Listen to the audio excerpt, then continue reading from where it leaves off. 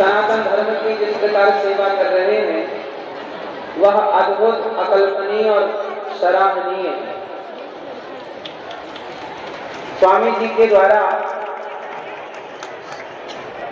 इतने भक्तों को भगवान की कथा श्रवण कराकर और जो भगवान की भक्ति की चेतना जो सबके हृदयों में ये भक्ति का दीपक जो जला रहे हैं, ऐसे पूज्य महाराज जी के चरणों में दास कोटि कोटि नमस्कार करता है।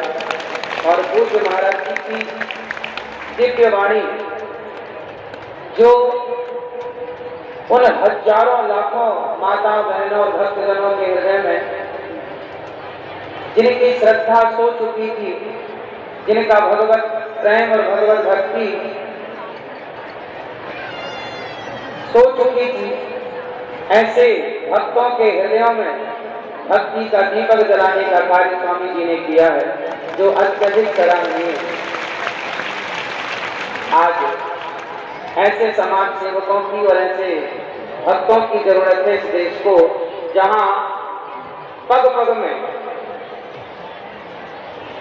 शास्त्रोक्त विधान देकर के और आप सभी की सेवा को, ऐसे समाज सेवकों की और ऐसे भक्तों की जरूरत है इस देश को, जहां पग पग में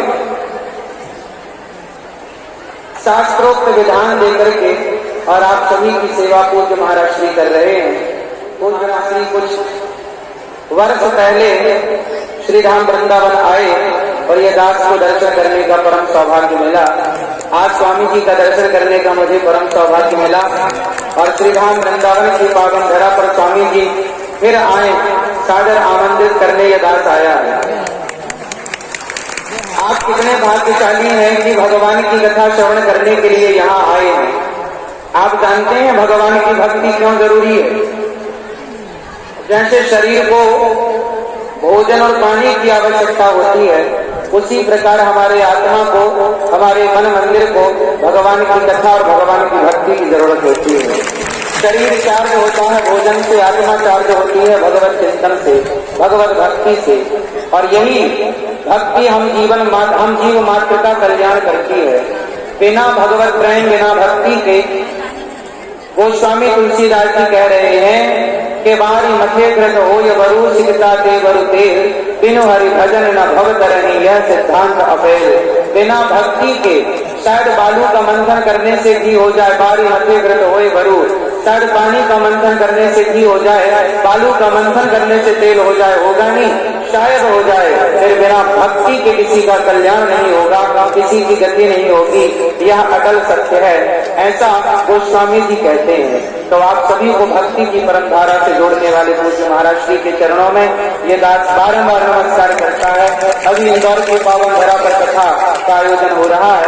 पूज्य स्वामी जी से निवेदन करूंगा कि कल आपका दर्शन वहां हो और ये दास आपका दर्शन करके कृतार्थ हो। तो आप सभी का बहुत बहुत धन्यवाद कि आप इस सनातन को बचाए रखते हैं और ऐसी अपार भक्तों की भीड़ के साथ आप जन जन तक सनातन को, धर्म को, भक्ति को पहुंचा रहे हैं। आप सभी परम सौभाग्यशाली हैं कि ऐसे पूज्य महाराज श्री के वाणी को आप श्रवण करते हुए अपने जीवन को कृतार्थ करते हैं। भक्ति जीवन में उतनी ही जरूरी है जितना कि शरीर को प्राणवायु की आवश्यकता है, ऑक्सीजन की आवश्यकता है, उसी प्रकार हृदय को भक्ति की आवश्यकता है, प्रेम की आवश्यकता है। अब 2 बजे से कथा इंदौर की पावन धरा पर है, बहुत ज्यादा कुछ कहने का वक्त नहीं है, बस आप सभी भक्तों का दर्शन हो गया, ये बड़ी बात है।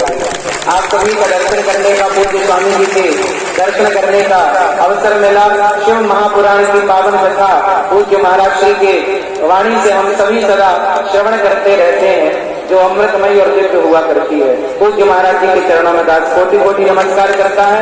सबको जय श्रीमन नारायण, जय श्री कृष्णा, राधे राधे।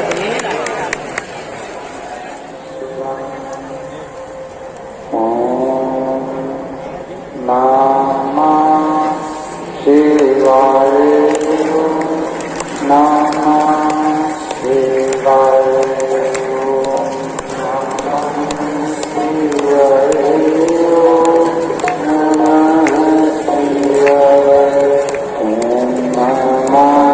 शिवाय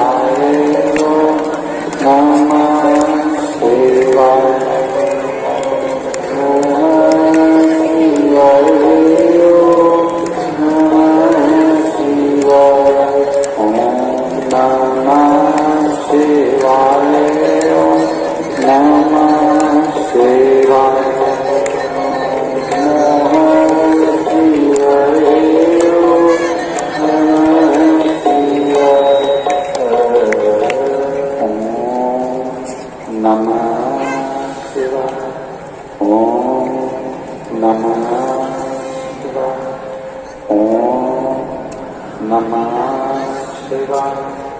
ओम नमः शिवाय। नमः शिवाय।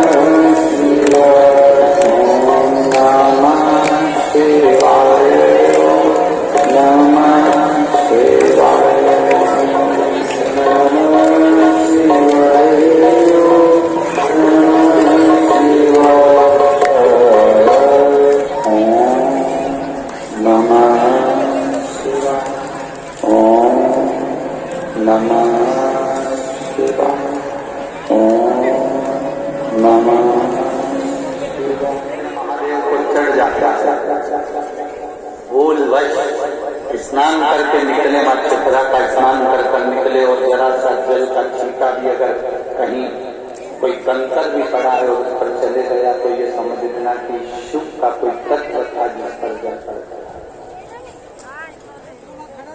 कोई भूलवश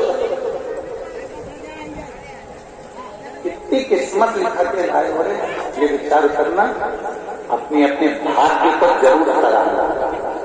दूसरे के भाग्य को सराव कर अपने भाग्य की सराहना करना कि कितनी किस्मत दिखा कर लाए हो कि चैत्र बैसाख का महीना महाकाल राजा की नगरी चित्रा का और शिव महापुराण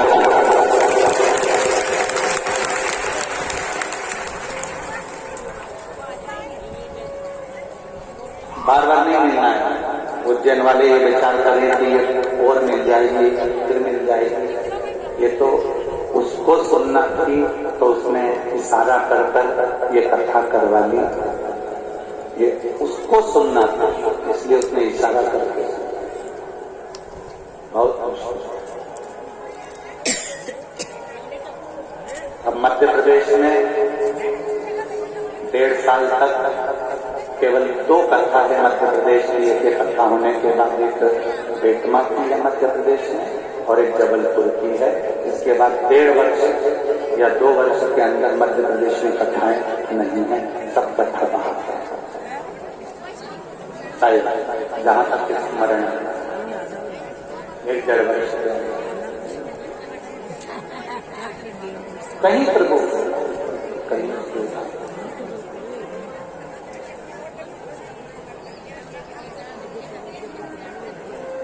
करो, उसकी चाकरी करने का मौका मिला है।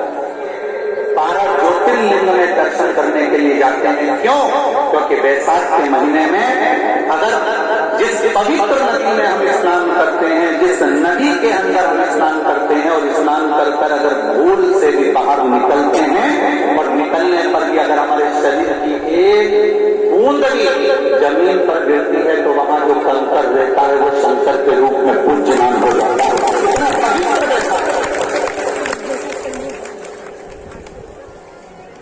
अभी बैसाख के महीने में इतने लोग कहीं भोजन करा रहे हैं, कहीं पानी पिला रहे हैं, कहीं बिस्कुट खिला रहे हैं, कहीं कुछ। एक पत्र आया, दीदी ने लिखा है, उज्जैन की कोई बहन है, उसने पत्र